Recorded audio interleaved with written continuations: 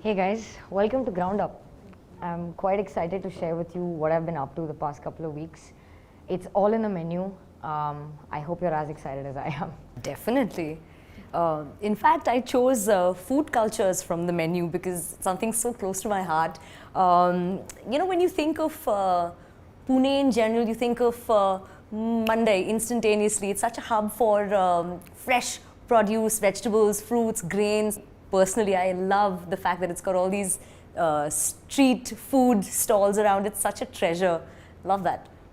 And it's actually amazing that these cities' marketplaces, the iconic marketplaces like the Mandai or the Market Yard, are actually there since 1886, right? So we've got now the fourth and the fifth generations working there, and with the same enthusiasm, the same energies, getting the fresh produce, local produce, and serving it to all of us. So I think we're really fortunate to be Puneites and having access to such places. So I'm choosing a unified food sector from the menu because I believe there is unity in diversity.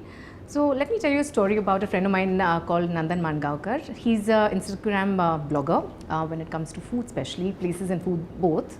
He has made more than 65 different variants of poha, the rice flake. Very, very popular and very simple dish, very high on nutrition. And he's actually managed to make so many variations. So we actually have different types of pohas made all over India, and none of us knew it. And I think this is something that all of us should acknowledge, that there is definitely unity in diversity, and we're fortunate in India to have this as a part of our culture.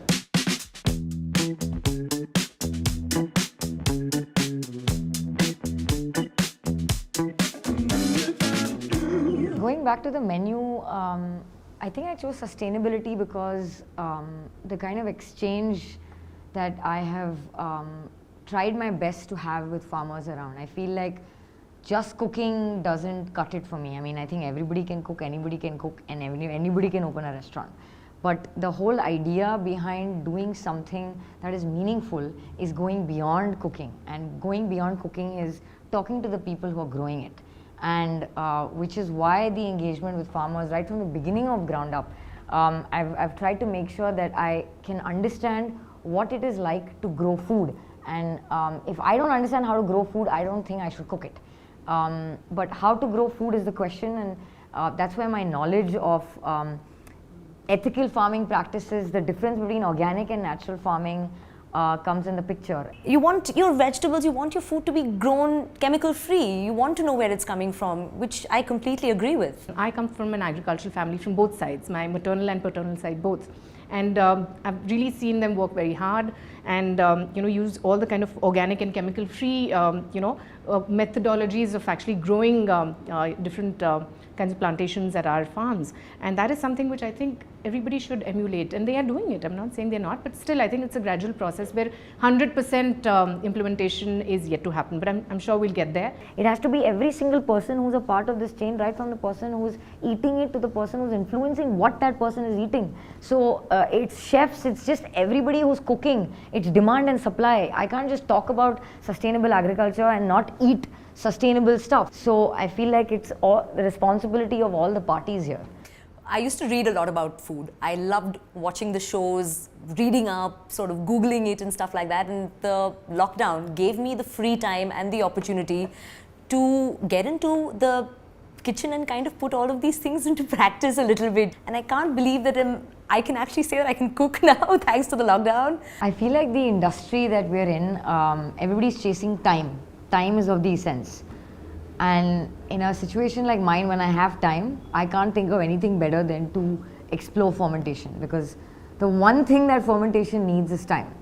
And I think the pandemic gave us that luxury to another level. And now I can't wait to get the food out. So I think I'm going to do that now. Perfect. Looking forward to that. I know, it sounds delicious.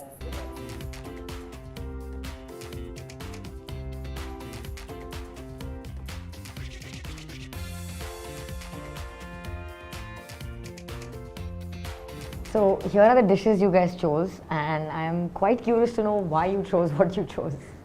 So I chose the roasted red potatoes, kodo millet salad with raw mango. I know it sounds like a mouthful, but I can't wait for a mouthful of this. It's such an amazing plant-based dish. It's perfectly in alignment with what I'm trying to do, which is eat cleaner, be a little more conscious about what I'm trying to put into my system in general. And it's perfect, it's creative. I love that.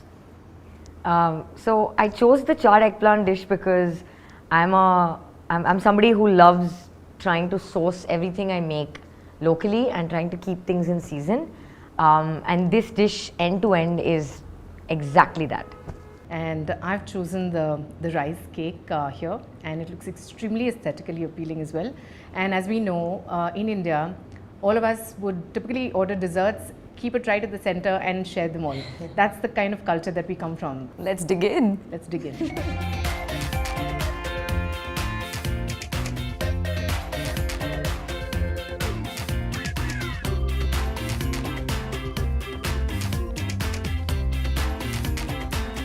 What a great conversation this was, guys. Let's drink and cheers to this. Let's drink to that, definitely. To a much more healthier and sustainable future. Cheers. Cheers.